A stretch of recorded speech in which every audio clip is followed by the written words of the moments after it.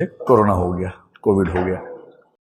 और शुरू में 3-4 दिन तो बुखार रहता ही है सबको, हाथ पैर टूट जाते हैं, तो वो होने के बाद मैं ठीक हो गया 4-5 दिन में। तो बुखार खत्म होते ही आदमी को लगता है कि वो सिकंदर जैसी स्थिति में फील करता है अपने आप को कि ये मेरा क्या बिगाड़ेगा कोरोना।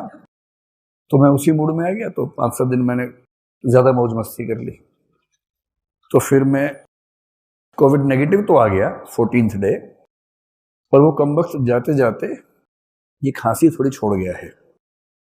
तो मैंने डॉक्टर से पूछा, तो उसने कहा हाँ कई लोगों को ऐसा होता है, तो 8-10 दिन में 12 दिन में ठीक हो जाएगी। अभी 4-5 दिन हुए हैं मुझे ठीक हुए हुए।